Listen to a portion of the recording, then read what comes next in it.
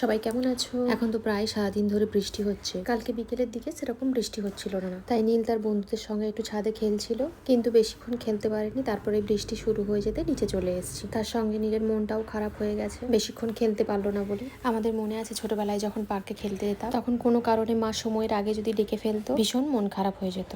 এরপর আমি রেডি হচ্ছিলাম চৈতন্যপুর যাও, তখনই আমার স্টুডেন্টের মা ফোন করে বলে আমার জন্য একটু লিট্টি চোখা বানিয়েছে। তো ওটাই আমাকে দিয়ে গেল। এরপর নিয়ে এসে দেখলাম লিট্টি চোখা তো আছেই, তার সঙ্গে দিয়েছে চিকেন কষা।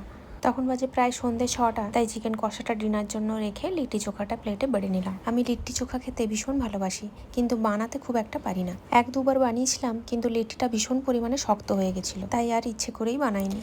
আমার স্টুডেন্টরা বিহার থেকে বিলং করে, আর বিহারের ট্র্যাডিশনাল ফুড লিট্টি চোখা, তাই এটা ওরা ভীষণ ভালো বানায়। আমি দোকানে মাঝে মাঝে লিট্টি চোখা খাই যেটা পুড়িয়ে বানায়, কিন্তু এই লিট্টিটা ডিপ ফ্রাই করে বানিয়েছে। লিট্টিটা যখন ভাঙলাম, আচারের একটা ভীষণ সুন্দর গন্ধ আসছিল। এরপর আমি একটু ওর উপরে ঘি ছড়িয়ে দিলাম। চোখাটা আলু, বেগুন আর টমেটো দিয়ে বানানো হয়েছিল।